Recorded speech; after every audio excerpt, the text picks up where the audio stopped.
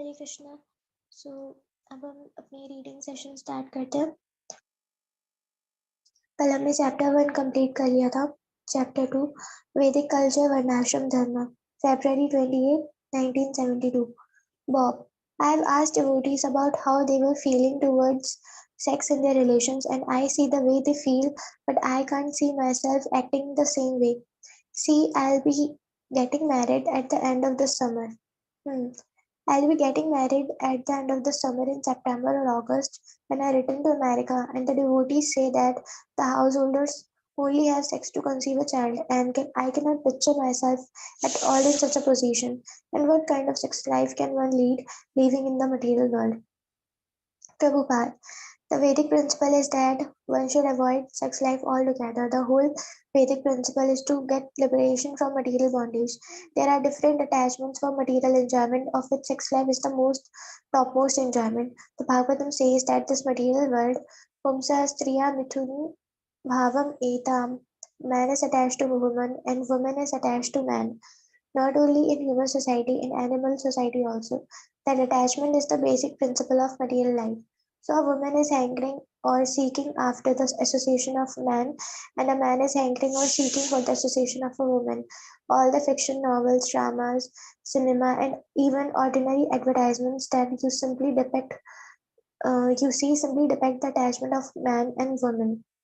Even in the tailor's shop, you will find in the window some woman and some man. Pavritri Esha Bhutanam Nivrittistu Mahaphalam. So this attachment is already there. Shivani, what will you read?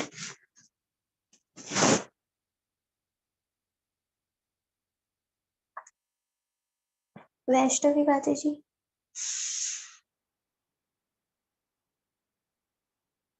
Namrata Mataji.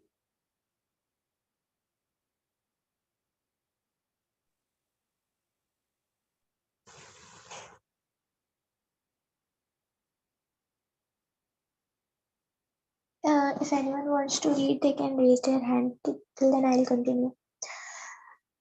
Bob, attachment between man and woman. Man and woman. So, if you want to get liberation from this material world, then the attachment should be reduced to nil. Otherwise, simply further advancement, you will have to take rebirth either as a human being or as a demigod or as an animal or as a serpent, as a bird or as a beast. You will have to take birth. So this principle of increasing attachment is not our business. Although this is the general tendency, Griha, Kshetra, Suta, homeland, sons. But if one can reduce and stop it, that is first class. That is Vedic.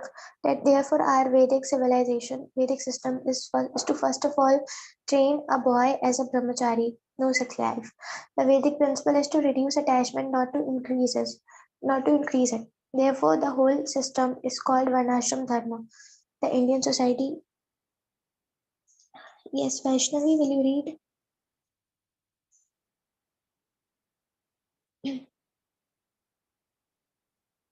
Okay. I'll complete this paragraph, then from next place you can read. The Vedic principle is to reduce attachment, not to increase it. Therefore, the whole system is called Varnashram Dharma. The Indian system calls, oh, no problem, for Varna and Ashram, four social orders and four spiritual orders. Brahmacharya celebrates student life, Grihastha married life, Vanaprastha retired life, and Sannyas renounced life. These are spiritual orders, and the social orders consist of Brahmins, intellectuals, Kshatriyas, administrators, Vaishyas, merchants and farmers, and Shudras, ordinary workers. So, under the system, the regulative principles are so nice that even if one has tendency to enjoy material life, he is so nicely molded that at last he achieves liberation and goes back home back to Godhead. This is the process. So sex life is not required, but because we are attached to it, therefore there are some regulative principles under which it is maintained. Chanting starts somewhere in the background with exotic mridanga drum beats amidst laughing and the loud blowing of horns. Srila Prabhupada, it is said in Srimad Bhagavatam that Pumsa Striya Mithuni Bhavam Etam Trayor Mithu Hridaya Granthim Ahu Atho Graha Kshetre Sutapa Vittair Janasya Yam Aham Mameti. This sex life is the basic principle of material attachment, attachment for man and woman. And when they are united, when a man and a woman are united, that attachment becomes increased.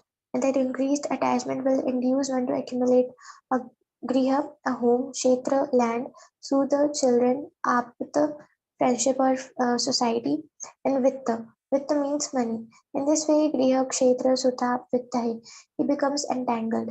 Janasya mahoyam. This is illusion, and by this illusion he thinks aham mameti, I am this body and nothing in relationship with this body is mine, and anything in relationship with this body is mine.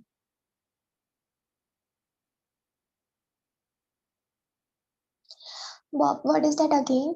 This attachment increases the material attachment involves thinking I am this body, and because I have this body in a particular place, that is my country, and that is going on. I am Indian, I'm American, I'm German, I'm this, I'm that, this body. This is my country. I shall sacrifice everything for my country and society. So this way the illusion increases. And under this illusion, when he dies, he gets another body that may be a superior body or inferior body according to his karma. So if one gets a superior body, then that is also an entanglement if he goes to heavenly planets. But if he becomes a cat or dog, then his life is lost. For a tree, there is every chance of it. So this science is not known in the world. How the soul is transmigrating from one body to another, and how he is being entrapped in different types of bodies. The science is unknown. Therefore, when Arjuna was speaking, if I kill my brother, if I kill my grandfather on the other side, he was simply thinking on the basis of the bodily concept of life. But when his problems could not be solved, he surrendered to Krishna and accepted him as a spiritual master. And when Krishna became his spiritual master, he chastised Arjuna in the beginning. Ashojan अन्वशोचस्त्वं रंशावादंश्च भाषसे गताशु न अगताशुश्च नाशोचति न पंडिताः. You're talking like a learned man, but you are a fool, number one, because you are talking about the bodily concept of life. So this sex life increases the bodily concept of life. Therefore, the whole process is to reduce it to nil, to reduce it over the stages of your life. Yes, reduce it. A boy is trained as a student up to 25 years, restricting sex life, brahmachari. So some of the boys remain nashtik brahmachari, celebrate for life, because they are given education and they become fully conversant with spiritual knowledge. They don't want to marry. That is also restricted. We cannot have sex life without married. Without being married. Therefore, in the human society, there is marriage, not in animal society. But people are gradually descending from human society to animal society. They are forgetting marriage. That is predicted in the Shastras. Damtyate Brichur Hetuhu. In the Kali Yuga, the present age of quarrel, eventually there will be no marriage performances. The boy and the girl will simply agree to live together, and their relationship will exist on sexual power. If the man or woman is deficient in sex life, then there is divorce. So, for this philosophy, there are many Westerners, philosophers like Freud and others who have written so many books. But according to Vedic culture, we are interested in sex only for begetting children. That's all. Not to study the psychology of sex life. There is already natural psychology for that. Even if one does not read any philosophy, he is sexually inclined. Nobody is taught it in the schools and colleges. Everyone already knows how to do it. That is the general tendency, but education should be given to stop it. That is real education. There's a long pause filled with the sound of bicycle horns, children playing, and throngs of people calling to one another. Presently in America, that's a radical concept. Well, in America, there are so many things that require information, and this Krishna consciousness movement will bring that. I went to your country and saw that the boys and girls were living like friends. So I said to my students, you cannot live together as friends. You must get yourselves married. Many people see that even marriage is not sacred, so they find so they find no desire to marry, because people get married and things, if things are not proper, they get a divorce so very easily. Yes, that also, that some people feel that to get married is not meaningful. No, their idea is that marriage is for legalized prostitution. They think like that, but that is not marriage. Even that Christian paper, what is that? Watch. watchtower. Watchtower. It has criticized that one priest has allowed a marriage between two men, homosexuality. So these things are going on. They take it purely for prostitution, that's all. So therefore, people are thinking, what is the use of keeping a regular prostitute at such heavy expenditure? Better not to have this. You use that example of the cow in the market. Yes, when the milk is available in the marketplace, what is the use of keeping a cow? Everyone laughs. It is a very abominable condition in the Western countries. I have seen it. Here also in India, gradually it is coming. Therefore, we have started this Krishna consciousness movement to educate people in the essential principles of spiritual life. It is not a sectarian religious movement, it is a cultural movement for everyone's benefit.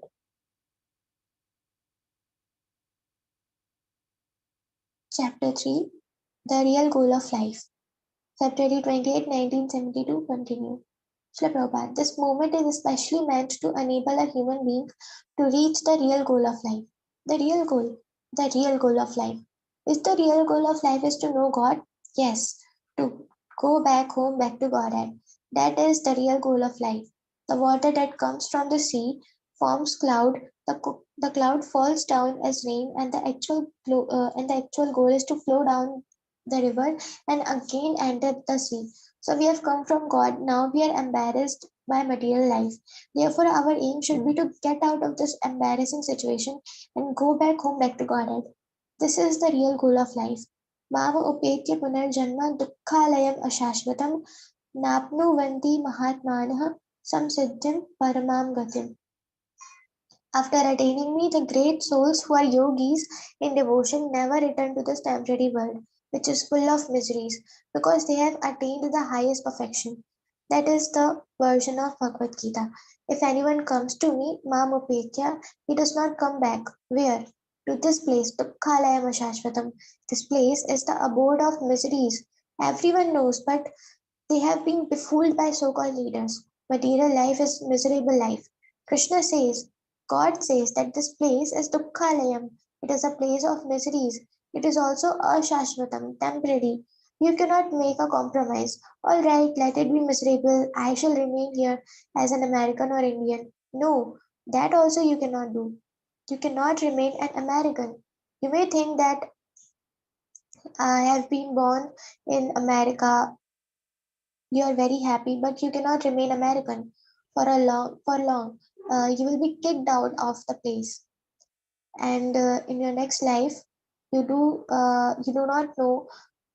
Therefore, it is dukkhalayam ashashvatam, miserable and temporary. That is our philosophy. But when you have some knowledge of God, then life is not so miserable. No, some knowledge would not do. You must have perfect knowledge. Janma karma cha medavyam evam yo veti tatvatah. Tatvata means perfectly. Perfect knowledge is being taught in Bhagavad Gita. So we are giving everyone in human society a chance to learn Bhagavad Gita as it is and make his life perfect. That is Krishna consciousness movement. What does your science say about transmigration of soul? I think that science cannot define, deny, or affirm it. Science does not know it. Therefore, I say that science is imperfect. Science may, though, say something. It is said in science that energy is never destroyed, it is changed. That's all right, but how the energy is working in the future? That science does not know. How is the energy diverted? How, by different manipulations, is the energy working differently? For instance, electrical energy. By different handling, it is operating the heater and it is operating the refrigerator.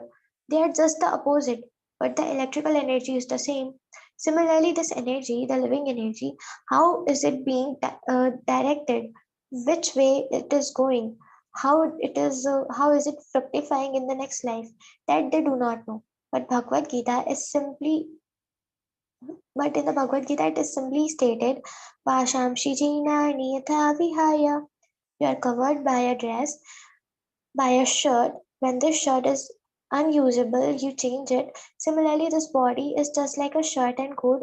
When it is no longer workable, we have to change it.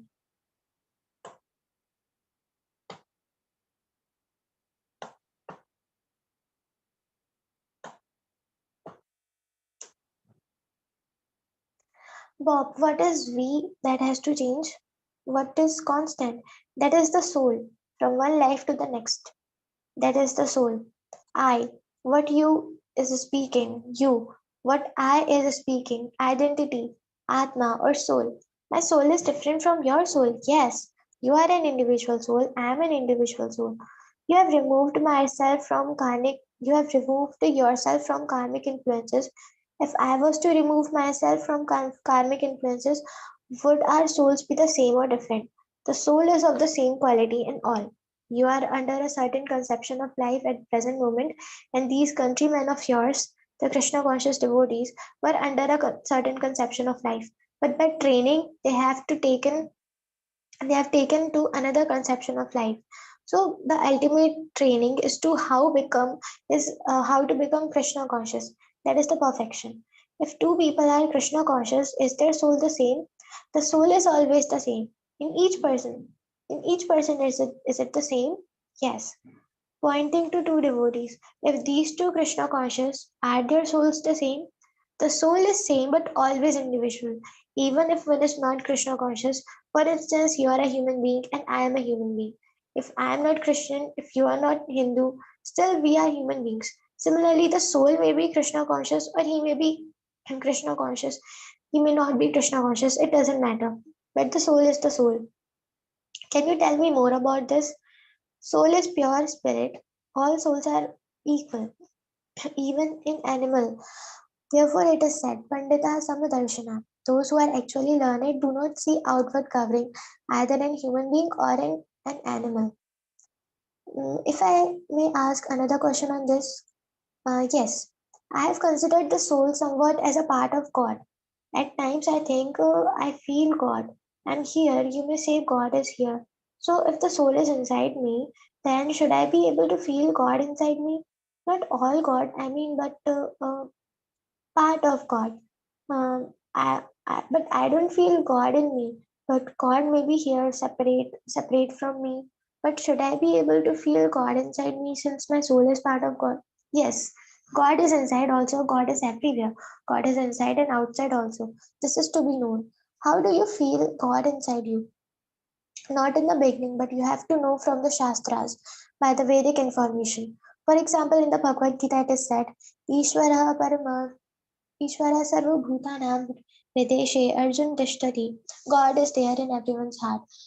Parmanu Chayantarastham.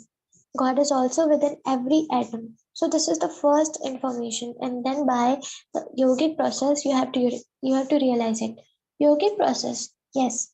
Is chanting Hare Krishna such a yogic process? Yes, it is also a yogic process.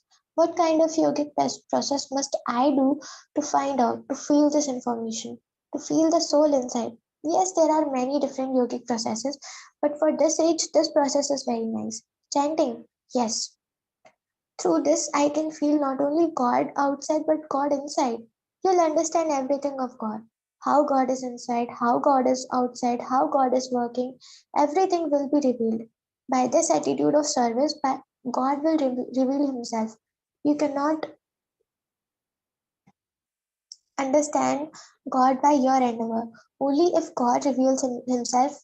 For instance, when the sun is out on your sight at night, out of your sight at night, you cannot see it by your torchlight or any light.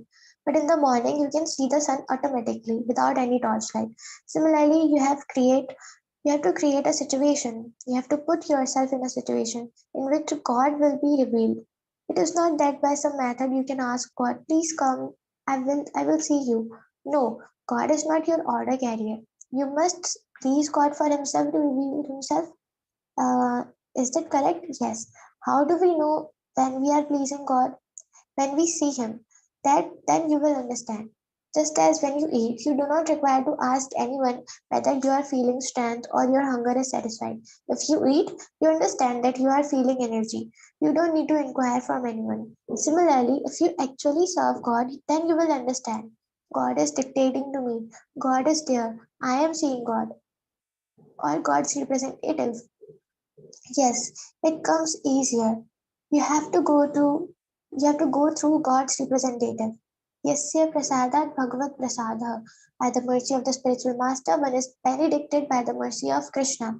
If you please God's representative, then automatically God becomes pleased, and thus you can directly see him. How to please God's representative? You have to carry out his orders, that's all. God's representative is the Guru. He asks you to do this, to do that. If you do that, that is pleasing. Yasya prasadan nagati kutopi. Without the grace of the spiritual master, one cannot make any advancement. If you displease him, then you are nowhere. Therefore, we worship Guru. साक्षात् हरित्वेन समस्तशास्त्रैः उक्तस्तथा भावयत एव सभिः किन्तु प्रभुरिह प्रिय एव तस्य वन्दे गुरु Shri चरणारविन्दम्. The spiritual master is to be honored as much as the Supreme Lord because of his being the most confidential servitor of the Lord. This is acknowledged by all revealed scriptures and is followed by all authorities. Therefore, I offer my respectful obeisances unto the lotus feet of such a spiritual master who is a bona fide representative of Lord Krishna. The Guru should be accepted. That is the injunction of all Shastra. Just 1 minute.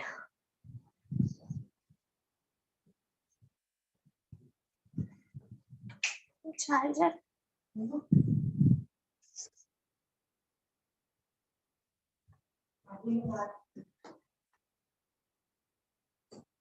Just 1 minute, my battery.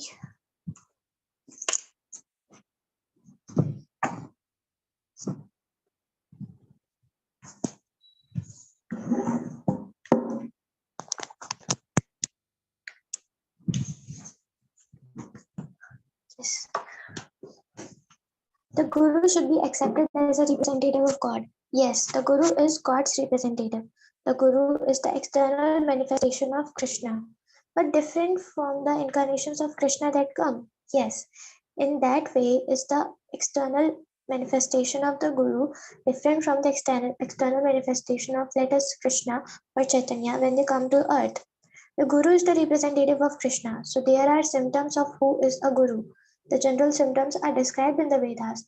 That Vijnanartham sa Gurum evam gachatam samitpani shruti triyam brahmanishtam. A Guru must come in a disciplic succession. He must have heard thoroughly about the Vedas from his spiritual master. Generally, a Guru's symptom is that he is a perfect devotee, that's all, and he serves Krishna by preaching his message. Lord Chaitanya, he was a different type of Guru than you are. No, no, Gurus cannot be different. Gurus cannot be of different types.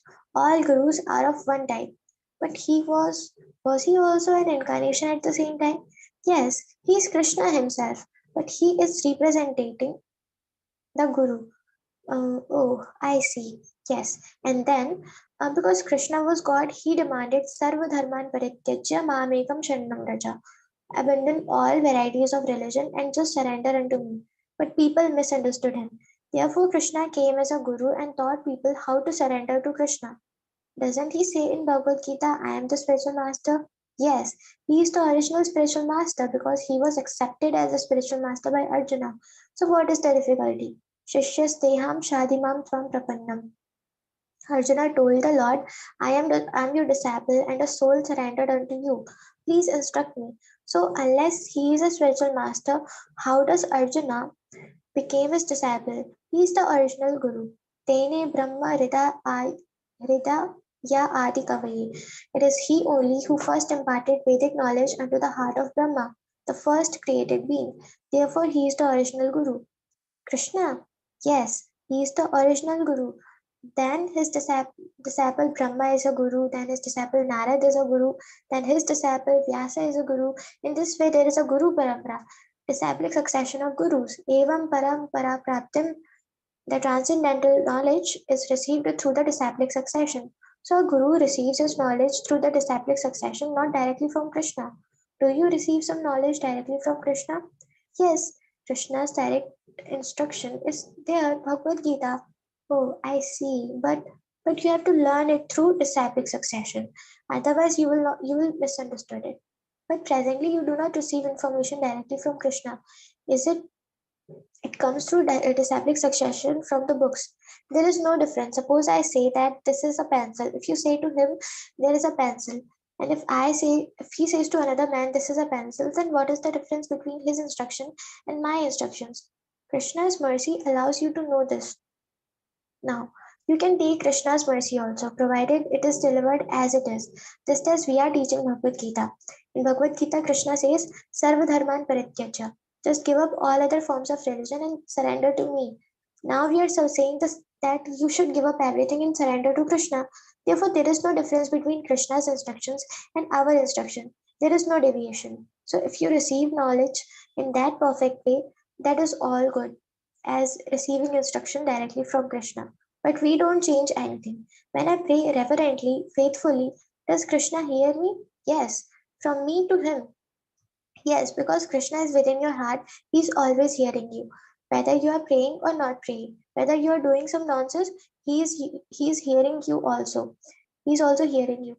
And when you pray, that is very good. Welcome. To Krishna's ear, is praying louder than nonsense? No, he's all perfect. He can hear everything. Even if you don't speak, even if you simply think, I shall do it, then he hears you. Sarvasya chaham riti sannivishta. Krishna is seated in everyone's heart. But one should pray. Is that so? That is his business. Praying. Whose business? Every living entities. That is the only business. Eko bahunam yo vidadhati kaman. That is the statement of Vedas. What does that mean? He supplies everything to everyone. He is supplying food to everyone, so he is the Father. So why should you not pray? Father, give me this. So why should you not pray, Father, give me this? Just as the Christian Bible says, there is Father, give us our daily bread. That is good that they are accepting the Supreme Father, but grown-up children should not ask from the Father. Rather, they should prepare to serve the Father. That is bhakti, devotion. My questions you solve so nicely. Thank you very much. So should I ask you another question now? Oh yes, yes. Okay. So we'll continue from the fourth chapter from tomorrow. Hare Krishna, Krishna Krishna, Hare Hare, Hare Ram, Ram Ram, Hare Hare. We'll do Guru Vandana and then we'll end the session. Shila Prabhupada ki jai. Shri Guru Charana Padma Kevalam Bhagati Sadma Bandhu Moi Savadhana Mahate Jahara Prasade Bhai Bhavaduriya Jai Krishna Prapti Hoi Jaha Hoi Te Guru Mukha Padma Vakya Chitate Kuriya Kya Arana Kuri Ho Mani Asha